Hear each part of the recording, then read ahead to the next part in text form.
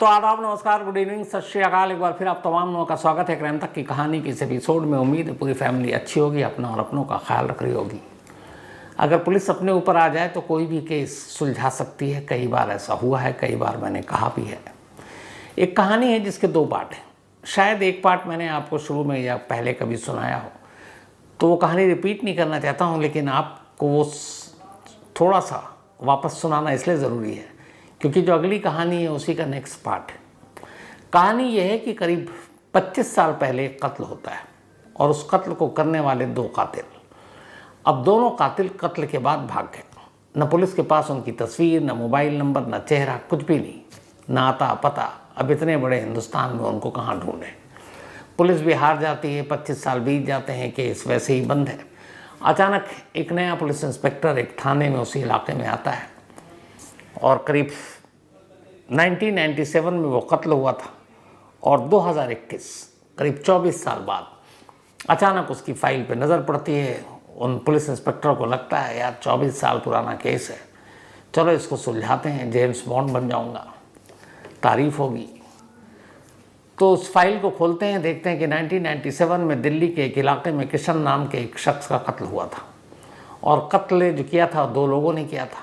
FIR उन्होंने निकाली file में से। पूरी कहानी थी कि कुछ ज़मीन मकान के लिए कत्ल हुआ था और कातिल के तौर पर दो लोगों के नाम थे FIR में। एक का नाम था टिल्लू और एक का नाम था रामू। लेकिन तमाम कोशिश की, उस वक्त कातिल पकड़े नहीं गए। फिर कोर्ट ने दोनों को भगोड़ा साबित कर दिया, करार दे दिया। अब जब इस फाइल पे नज़र पड़ी तो इंस्पेक्टर साहब 2021 यानी 24 साल बाद उस कत्ल के कहते हैं चलो इसको ढूंढते हैं और इस केस को सुलझाते हैं। अब सबसे पहले पूरी फाइल पढ़ते हैं। अब इतने 24 साल पुराना, पता चला उसमें उस वक्त जो IO थे वो तो कब के रिटायर हो चुके हैं। उनका पता निकालते हैं, उनके घर जाते हैं, उनसे पूछताछ करते हैं कि कोई ऐसी चीज़ जो आपको याद हो, जो अब 24 साल बाद ढूंढने में मुझे मदद करे। वो जितनी उनकी याददाश्त या जो यादें थी वो बताते हैं।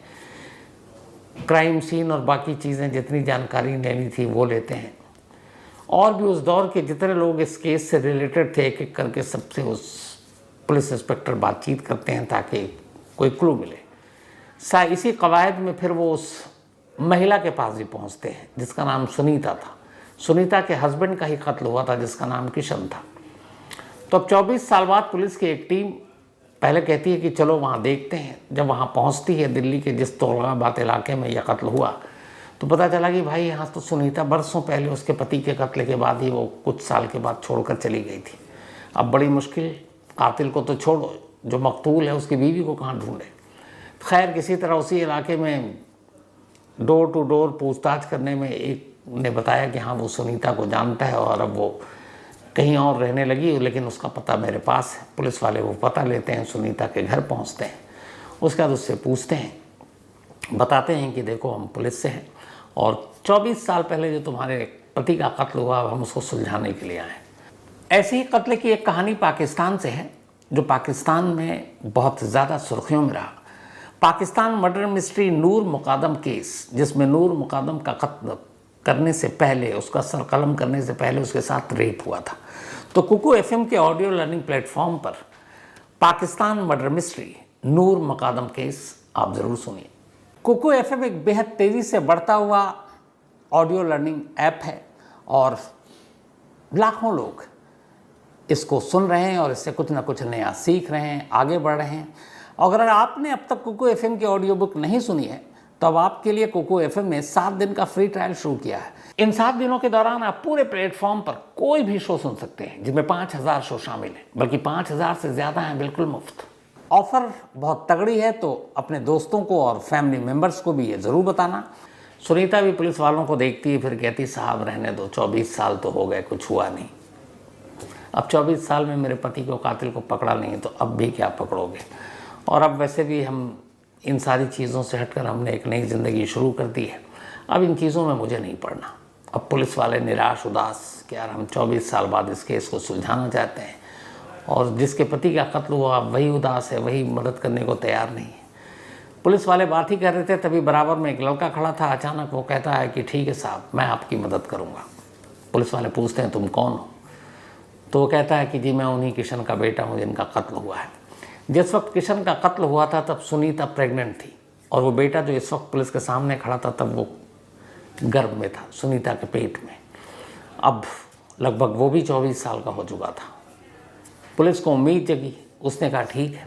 अब उसने कहा कि चूंकि ये जो दोनों कातिल थे ये कहीं ना कहीं दूर एक दूसरे को जानते थे, तो पुलिस ने किशन के बेटे से पूछताछ की कि बताओ कोई सुराग उन दोनों में से कभी कोई आया, उनके रिश्तेदारों से कभी कोई जानकारी मिली।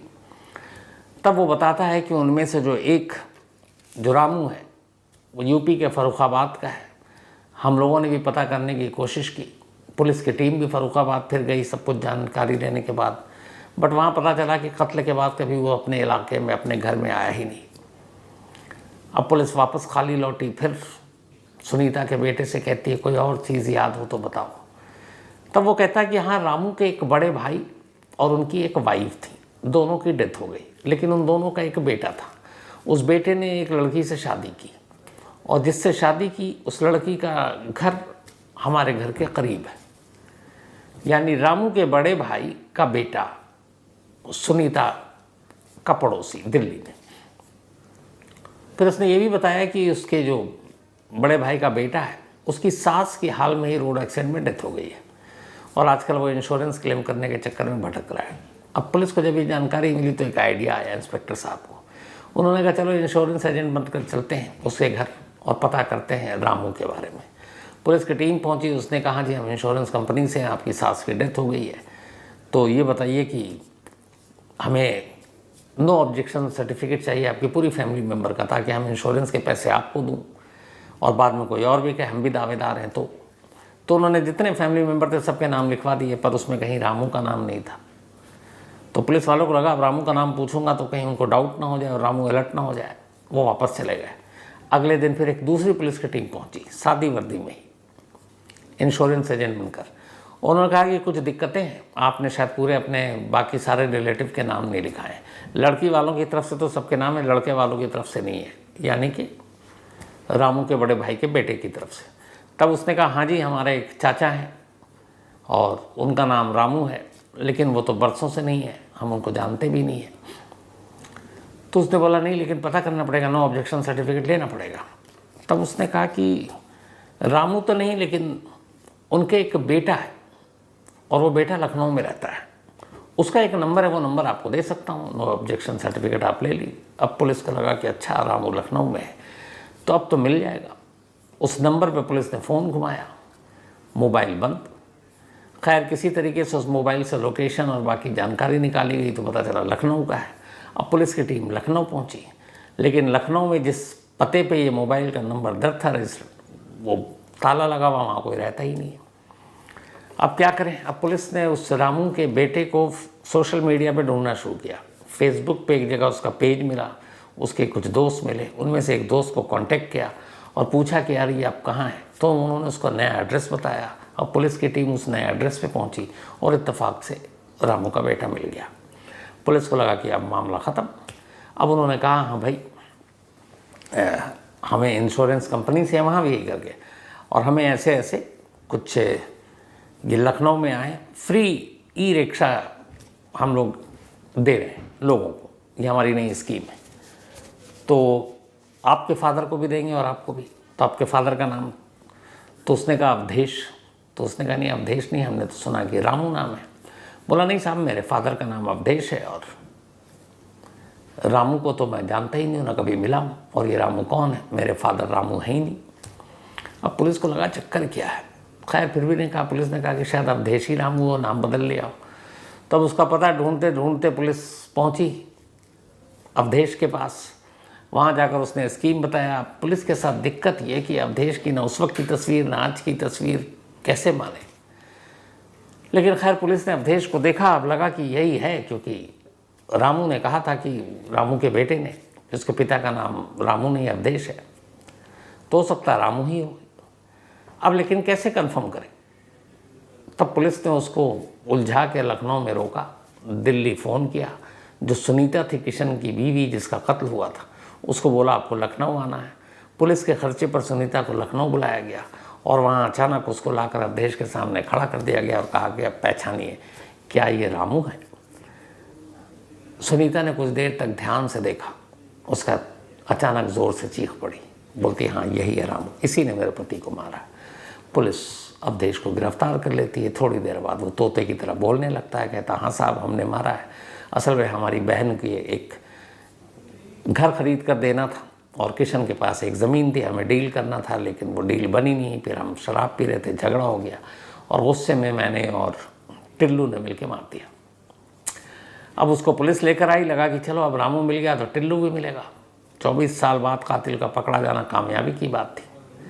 लेकिन अब जब रामू से बात की गई टिल्लू के बारे में, तो उसने कहा कि मुझे नहीं मालूम, बस आखिरी जानकारी उसी के कुछ वक्त के बाद की थी, जब उसने कहा था पुलिस से बचना है तो यार साधु वाधु बन जाओ और कहीं इधर उधर धर्मशाला और यहाँ वहाँ घूमना है।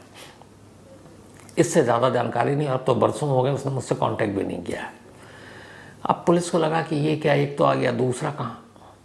पुलिस लगी रही, इधर उधर हरिद्वार से लेकर मथुरा से लेकर जहाँ जहाँ की कोई इस तरह का कोई शख्स लिया। लेकिन दिक्कत यहाँ पर भी है कि 25 साल से न टिल्लू की कोई तस्वीर है, न उस वक्त की जब वो भागा, न आज 25 साल बाद। अब अगर वो 30 का था तो 55 का हो गया, तो अब कैसा दिख रहा होगा, हाथ खाली है। तभी अचानक पुलिस को एक मोबाइल नंबर का पता चलता है, और उस नंबर का पता इसलिए चला कि एक टिल्लू का आधार कार्ड हुआ करता था, बाद में उसने बनवाया था, और उसी आधार कार्ड से उस मोबाइल का सिम को ख़रीदा गया था। अब जब उसको ख़रीदा गया तो वो जो सिम कार्ड था जिसमें वो नाम था वो कोई और नाम, उसमें टिल्लू है ही नहीं।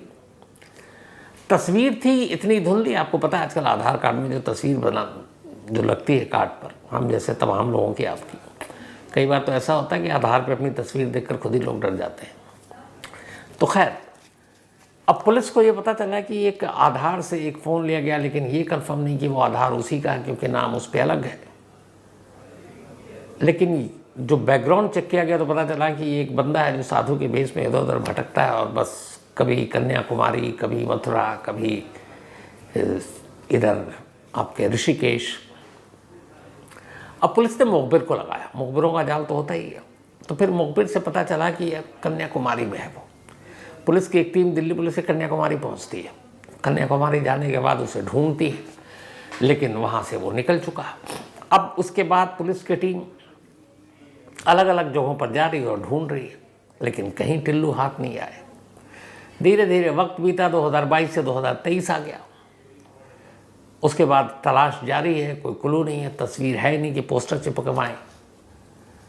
आखिरकार फिर एक मुखबिर के जरिए पुलिस को पता चला कि एक नंबर से टिल्लू ने अपने एक दूर के रिश्तेदार को कांटेक्ट किया है, और वो भी यूपी का है। पुलिस टिल्लू के रिश्तेदारों को भी सब ढूंढ कर आई थी और कह कर आई थी, धमका कर भी आई थी कि अगर कभी फ़ोन आया और तुमने नहीं बताया तो तुम लोग भी देख लेना। तो इत्तेफाक से एक रिश्तेदार ने बताया कि साहब एक नंबर से फ़ोन आया था, और ये फ़ोन जो आया था उसने अपने बारे में कुछ नहीं बताया, बस कुछ इधर उधर की बात की थी। जिस नंबर से फ़ोन आया, जब उस नंबर को पुलिस ने देखा तो उसके बाद ट्रेस किया कि ये कॉल कहाँ से आया, तो पता चला कि ये ऋषिकेश का नंबर है। इसके बाद पुलिस उस नंबर पे लगी रही, लेकिन मोबाइल स्विच ऑफ, और मोबाइल स्विच ऑफ, लोकेशन अब पता नहीं, और वो उसके बाद वो फ़ोन कभी हुआ ही नहीं। अब ऋषिकेश तो पुलिस पहुंच गई एक फ़ोन नंबर लास्ट लोकेशन के सहारे, बट वहाँ ढूंढे किसको, क्योंकि ना फ़ोटो है ना चेहरा है, और 25 साल का अरसा गुजर चुका है। तो क्या करें? तो पुलिस वहाँ हर आश्रम में, हर धर्मशाला में डोर टू डोर जा रही है और पता कर रही है कि कोई टिल्लू नाम का शख्स यहाँ पर है। अब टिल्लू भी टिल्लू नाम से रहेगा कि नहीं रहेगा मालूम नहीं। इसी दौरान में एक टिल्लू के ही रिश्तेदार से पुलिस को एक और इन्फॉर्मेशन मिली। उसने कहा साहब जब उसका फ़ोन आता था तो वो अक्सर कहता था कि मुझे भंडारे का खाना बड़ा अच्छा लगता है। तो कई बार वो पूछते होंगे रिश्तेदार, और कहाँ हैं, क्या खा रहे हो, तो कहा मैं ज़्यादातर अपनी ज़िंदगी, अब तो मैं साधु हूँ, भंडारे के खाने पे ही, तो जहाँ भंडारा होता है मैं वहाँ पहुँच जाता हूँ। ये लाइन जब पता चली तो पुलिस ने पहले इसको यूँ सरसरी लिया, फिर अचानक आया कि यार इतने दिन से भाग रहा है और साधु के भेष में है, काम वाम तो करता नहीं होगा, तो कभी इस आश्रम कभी उस आश्रम, क्योंकि वो भटक ही रहा और एक जगह ज़्यादा रुकेगा नहीं। लेकिन ये जो इसने बोला कि भंडारे का खाना पसंद है, भंडारा जहाँ मिलता है वहीं अपना गुजारा हो जाता है, तो पुलिस ने ऋषिकेश में जहाँ जहाँ भंडारा हो वहाँ पुलिस की टीम पहुँच जाए भंडारा खाने के लिए भेस बदल कर। अब पुलिस वाले भंडारा खा रहे हैं इस उम्मीद में कि वहाँ कोई आ जाए। लेकिन अब ये है कि आ भी जाए तो पहचाने कैसे? दिक्कत ये है कि आप तो आपके पास हुलिया हो। अच्छा, वो जिस कॉल जो नंबर आया था फ़ोन आखिरी बार, वो लगातार बंद आ रहा था, तो पुलिस वाले बीच बीच में लगातार, पुलिस वालों की ड्यूटी थी कि उस फ़ोन पे कॉल करते रहो कि घंटी बज जाए तो हम उसको दबोच लेंगे आसपास का लोकेशन देखकर। लेकिन वो हमेशा मोबाइल बंद। इधर पुलिस वाले भंडारे पे भंडारा खा रहे हैं पर वो समझ ही नहीं आ रहा बंदा कौन है। लास्ट में पुलिस वालों ने कहा ऐसे नहीं चलेगा यार, एक काम करते हैं, अब खुद ही भंडारा लगाते हैं और उसके बाद एक एक को जब खुद भंडारा लगाएंगे तो हर तरफ से सारा इंतज़ाम अपने हाथ में होगा, एक एक को ध्यान से देखेंगे। पुलिस वालों ने भंडारा लगाया तो पुलिस वाले खुद भंडारा लगा रहे हैं, लोगों को खिला रहे हैं और सादी वर्दी में हर एक पे नज़र रख रहे हैं। फ़ोन बजाए जा रहे हैं कि एक वो नंबर घंटी बज जाए। पहला दिन भंडारा लगा, लोगों ने खाया पुलिस का खाना, चले गए, कोई फ़ायदा नहीं, हिम्मत हारी नहीं पुलिस। दूसरी जगह दूसरी बार भंडारा लगाया, लोग आए, खाना खाए, पुलिस लगातार उस फ़ोन पे अपनी घंटी बजाए जा रही है कि शायद फ़ोन उड़ जाए, कोई फ़ायदा नहीं। अब तीसरा भंडारा लगा। अब तीसरे भंडारे में फिर पुलिस वाले अच्छा ये भी देख रहे हैं कि हर भंडारे में कौन ऐसा है जो बार बार आ रहा है, तो उसमें भी एक से ज़्यादा लोग आ रहे हैं, हालांकि उन्होंने दूरी बना कर रखी। तो लेकिन जब तीसरा भंडारा हुआ, लगातार फ़ोन पे वो फ़ोन मिलाए जा रहे हैं। अचानक नसीब की बात कि उसी भंडारे के दौरान पुलिस वाले फ़ोन लगा रहे हैं और अचानक घंटी बज गई। अब जब घंटी बजी तो सब एकदम सन्न। अब फ़ौरन कहा गया कि लोकेशन, इत्तेफाक से उसके बाद वो जो लोकेशन निकला उसी भंडारे का निकल आया। अब फिर पुलिस ने दोबारा घंटी बजाई, फ़ोन उठा, एक बंदे ने फ़ोन उठाया, दाढ़ी वाड़ी बढ़ी हुई, पुलिस उसके करीब गई और धीरे से कहती है टिल्लू। नाम उसका बदला हुआ था, आधार कार्ड किसी और के नाम पर था, लेकिन वो घबरा गया पुलिस के शिकंजे में। लेकिन अभी कंफर्म नहीं है कि टिल्लू है। फिर सुनीता को कॉल किया गया, कहा गया सुनीता जी आप आइए और पहचानिए, क्या रामू के बाद ये दूसरा वही टिल्लू है जिसने आपके पति किशन का कत्ल किया? सुनीता आई, थोड़ी देर तक देखती है और पहचान लेती है कि यही है उसके पति का दूसरा कातिल। उसके बाद टिल्लू को भी लाया जाता है। 25 साल के बाद ये दोनों कातिल अरेस्ट होते हैं और दोनों फिलहाल जेल में हैं। तो जैसा शुरू में कहा था कि अगर पुलिस लग जाए दिल से किसी केस को सुलझाने में तो फिर वो केस सुलझा ही लेती है। और यहाँ 25 साल में बहुत सारी दिक्कतें आती हैं। एक तो उस वक्त की सारी चीज़ें, बहुत सारी बातें याद नहीं रहती हैं, बहुत सारे फाइल इधर से उधर हो जाती है। जो उस वक्त के आईओ होते हैं, बाकी लोग होते हैं, वो सब तितर बितर हो चुके होते हैं। तो ऐसे में इन लोगों को ढूंढना और फिर कानून के दरवाजे पर ला कर रख देना, खड़ा कर देना, सच में मुश्किल काम होता है। लेकिन दिल्ली पुलिस ने 25 साल बाद इन दोनों कातिलों को ढूंढ कर जो काम किया वो वाकई तारीफ़ के लायक है। तो आज की कहानी में इतना ही। अब कहानी ख़त्म करूँ उससे पहले वही अपना सिलसिला। आज हरी माया बिस्ता, इनका बर्थडे है, तो हैप्पी बर्थडे हरी माया जी। और ये जितेन प्रधान की वाइफ है, तो हैप्पी बर्थडे माया बिस्ता जी। और ये एडिलेड से हैं। साथ ही मिस्टी साहू, इनका भी आज बर्थडे है, तो हैप्पी बर्थडे मिस्टी। और ये सावित्री एंड हेमंत साहू, इन दोनों की बेटियाँ हैं। प्रियंका उर्फ मोनी और दुर्गेश, इन दोनों की आज मैरिज एनिवर्सरी है। आप दोनों को बहुत बहुत बधाई, प्रियंका जी और दुर्गेश जी। साथ ही सरस्वती देवी और शिव किशन जी, इन दोनों की भी आज मैरिज एनिवर्सरी है। तो सरस्वती जी और शिव किशन जी, आप दोनों को बहुत बहुत बधाई, मुबारक। और ये भेजा है इनके बेटे गणेश शर्मा जी ने। दीपक गौर, इनका ये है कि कई कहानी शायद अभी जो बताई थी कि लोगों को विदेशों में पेरोल जो है 40 साल 30 साल के बाद ही होता है कि तब आप पेरोल के हकदार होगे। हमारे देश में ऐसा क्यों नहीं है? तो असल में हमारे देश में कानून थोड़ा डिफरेंट है। यहाँ इनका ये भी हवाला था कि अब जैसे राम रहीम है, उनको 2-2 उम्र कैद की सज़ा मिली है, लेकिन वो हर साल 2-3 बार तो बाहर ही घूमने के लिए निकल ही पड़ते हैं। और अभी इतना टाइम भी नहीं हुआ उनको, अभी तो 10 साल भी नहीं हुआ सज़ा काटे हुए, पर इतनी बार वो छुट्टियां मना चुके हैं पेरोल पर। तो देखिए सज़ा का मतलब असल में वही है, ये इससे मैं एग्री करता हूँ कि ये जो सज़ा दी जाती है कि आपको, जैसे इन जगहों पे है कि 40 साल ही है, यहाँ पर डेथ पेनल्टी असल में है नहीं, सज़ाए मौत दी नहीं जाती। तो वहाँ पर ये है कि 40 साल, 20 साल, 60 साल, 80 साल ऐसे सज़ा दी जाती है। और साथ में उसमें लिखा जाता है कि अगर 40 ईयर्स है तो उसमें एक ये भी था 40/35, तो इसका मतलब ये होगा कि 40 साल की तो सज़ा है, पर 35 साल से पहले तुम पेरोल पे भी बाहर नहीं आ सकते। मतलब 35 साल तो तुम्हें रहना ही रहना अंदर, एक दिन के लिए बाहर नहीं आओगे। तो हमारे देश में भी अगर ऐसा हो तो बेहतर है, क्योंकि वैसे भी हमारे देश में डेथ पेनल्टी तो है, लेकिन फांसी कितनी होती है हम आप सबको पता है, सैकड़ों केस लटके हुए। भीम कोइराल, इन्होंने एक कहानी की फरमाइश की है। Doctor Gurpreet Singh, thank you so much doctor साहब और गुरप्रीत सिंह जी, और मैं टालता नहीं हूँ लेकिन पक्का आपकी कहानियाँ जल्दी सुनाऊँगा। उमेश सिंह, इन्होंने कहानी की फरमाइश की। इसके अलावा विव्यान सिंह, इन्होंने कहानी की फरमाइश की। और मोहम्मद आकिब, इन्होंने एक सऊदी अरब में आजकल एक शायद वीडियो वायरल था, मोहम्मद बिन मुरसल, जिसको शायद सर कलम किया गया था काटने का, लेकिन जो मेरी जानकारी थी वो फेक था, ओरिजिनल वीडियो नहीं था। बाकी अगर उसमें कुछ होगा तो मैं ज़रूर बताऊंगा आपको।